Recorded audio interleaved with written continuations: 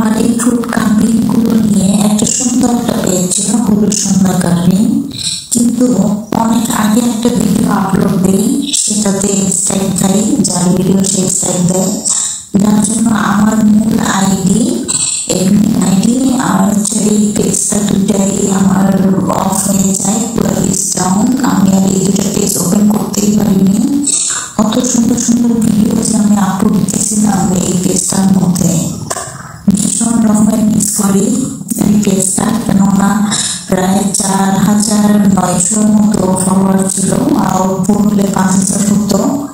Video অনেকগুলো দিয়েছিলাম, কিন্তু সবগুলো মিউজিক ইউজ করাতে কপিরাইট স্ট্রাইক আসে, যার জন্য আমার পুরো পেজটা একদম রিচ ডাউন। যাই হোক, এরকম এখন থেকে গায়কদের বিভিন্ন ভিডিও আমি এই পেজে আপলোড করার চেষ্টা করব। তবে আমার ওই পেজটা শুধু হলুদ সন্ধ্যার জন্যই ছিল, মানে হলুদের যে সব ডেকোরেশন করতাম তার সবকিছু এই পেজটাতে ছিল। যেহেতু পেজটা নেই, তাই এই পেজটাতে আপলোড করব।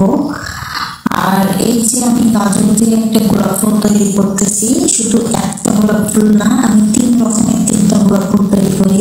তা এই ভিডিওতে দেখা সম্ভব না, আস্তে আস্তে আপলোড করব। আমি একটু ব্যস্ত, সময় করে সব ভিডিও আপলোড করে দেব।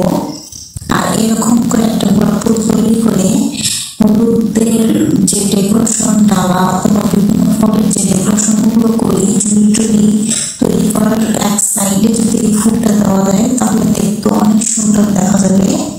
এই ফুলটা আপনি বিট দিয়েও করতে পারবেন, অথবা গাজর, মূলা, এরকম আলু এগুলো দিয়ে করলে অনেক সুন্দর হবে।